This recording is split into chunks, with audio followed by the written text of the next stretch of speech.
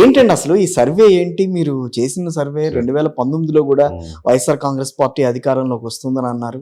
So మంచి మెజారిటీతో వస్తుందని అన్నారు అప్పుడు కూడా. సో ఈసారికి వచ్చేసరికి మీరు అదే రకమైన ధోరణితో మళ్ళీ ముందుకు వచ్చారు. అందరూ మిమ్మల్ని నమ్మలా, ఇంక్లూడింగ్ మైసెల్ఫ్ ఆల్సో.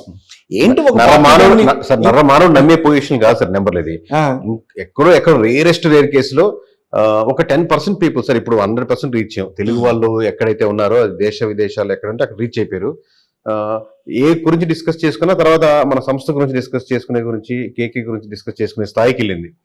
బట్ ఈ 10 మంది మటుకు సార్ లాస్ట్ టైం మీలాగా 2019 నుంచి ఫాలో అవుతున్న వాళ్ళు ఈసారి కేకే నెంబర్ చెప్తాడని చెప్పిన వాళ్ళు నాకైతే నమ్మకం లేదు. కానీ ఏదో అతనైతే చెప్పేదానికి దరిదాపులుగా ఉండేదానికి ఆస్కారం ఉంది, తను చెప్తాడు నెంబర్ కరెక్ట్ గానే అనే వాళ్ళు డౌట్ అనమాట. వాళ్ళకు కూడా 130 వరకు ఓకేలేండి టీడీపీకి, కానీ ఆయన చెప్పినట్టు 161 రావు అన్న డౌట్ మీకు వచ్చింటుంది. జనసేన కూడా ఆయన చెప్పింది 21 రావు, కానీ 19, 18 వరకు ఓకేలేండి అని ఉంటారని అనుకుంటున్నాను. అది ఏంటండి కేకే గారు బేసిస్ ఏంటి అసలు దానికి మీరు తీసిన సర్వేలకి? బేసిస్ అంటే మన ఫస్ట్ సార్ మనం ఒక 7 years నుంచి ఫీల్డ్ లోనే ఉన్నాం సార్ కంటిన్యూస్ గా. ఓకే, అంటే ఆల్మోస్ట్ 2017 లో మొదలెట్టారా? 17 లో స్టార్ట్ చేసాం.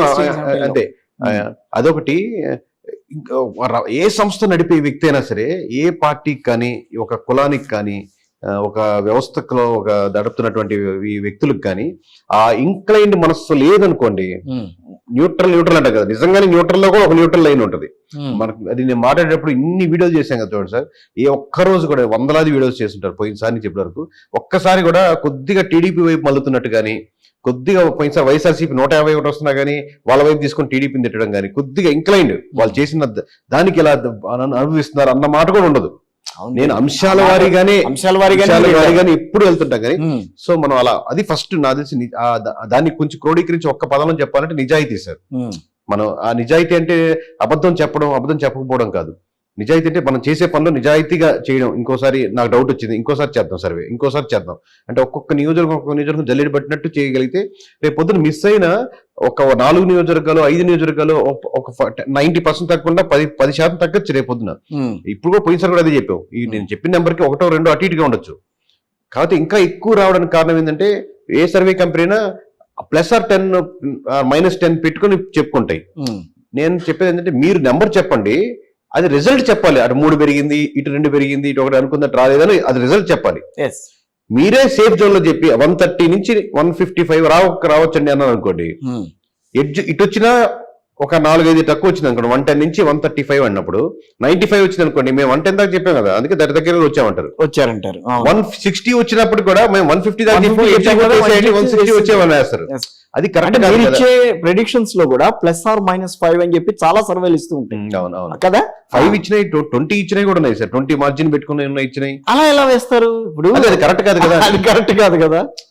మీరు అంటే మేము స్కేల్ పెట్టి కొలిచే సంస్థ సర్వే అంటే నీట్ గా జాగ్రత్తగా చేస్తాం. అన్ని ఎమోషన్స్ క్రోడీకరించి, ఎమ్మెల్యే మీద వ్యతిరేకత క్రోడీకరించి, కులాల మధ్య ఎలా ఉంది క్రోడీకరించి, అన్ని చేసి అన్ని రకరకాలు చేసి చేస్తాం.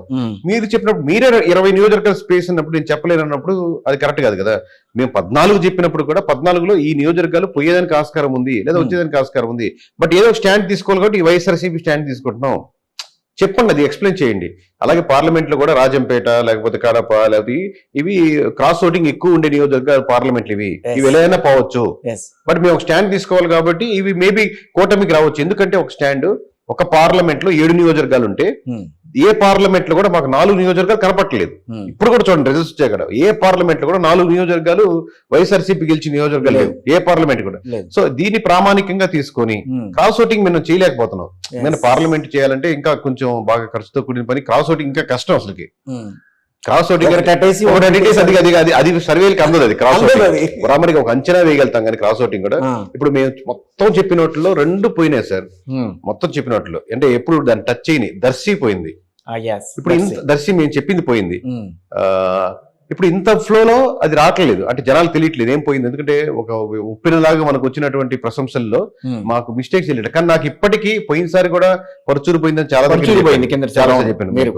అప్పుడు చెప్పాను. ఇప్పుడు నేను పోయిన విషయాలే చెప్తున్నాను. ఇంటర్వ్యూలు అడిగే వాళ్ళు చెప్పేవాళ్ళు ఎంత బాగా చెప్పారు సార్, సింగిల్ అప్పుడు నెంబర్ ఎందుకని పర్చూరు విషయంలో మీరు మీరు పర్చూరు కూడా సార్, ఎడ్జిల్లో పోయింది, ఎడ్జిల్లో గెలుస్తారు అనుకున్నాం. ఆయన తగ్గుబాటు కలిసి ఈ విధంగా మీరు నాకు బొకే ఇచ్చి ఎలా వచ్చారో ఆయన పర్సనల్ కలిసి సారీ చెప్పాను. ఇలా ఇప్పుడు కూడా మన వీళ్ళకి గొట్టిపాటి వాళ్ళకి కూడా ఎవరో వాళ్ళ తరపు నుంచి ఇచ్చిన వాళ్ళు కూడా నేను పర్సనల్ కాల్ చేసి సారీ సార్, నేను ఎక్స్ట్రీమ్లీ సారీ సార్, నాకు వందలాది వేలాది కాల్స్ లో నేను థ్యాంక్ యూ అన్న పదం వాడుతున్నాను, వాళ్ళకి ఒక్కటే నేను ఫోన్ చేసి నేను సారీ అన్న పదం వాడింది, సారీ అండి నా గురించి తప్పు అయిపోయింది, నేనేం చేయాలో చెప్పండి అది అంటే వాళ్ళు అసలు ఎలా తీసుకున్నారంటే నాకు ఒక సంశయం ఉంది, ఏమయ్యా కేకే నన్ను అంటారేమోనని.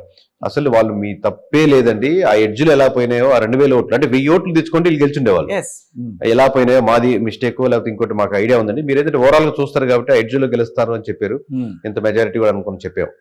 బట్ వాళ్ళు చాలా పాజిటివ్ గా తీసుకొని మీరు హైదరాబాద్ మీరు ఫ్రీ యాక్ట్ చెప్పండి, వచ్చి మేము కలిసి ఎక్స్ప్లెయిన్ చేసి మేమే మిస్టేక్ చేసా కూడా మీకు ఎక్స్ప్లెయిన్ చేస్తామని చాలా హుందాగా చెప్పారు. కేకే గారు, అసలు ఈ సర్వేలు ఈ వ్యవహారం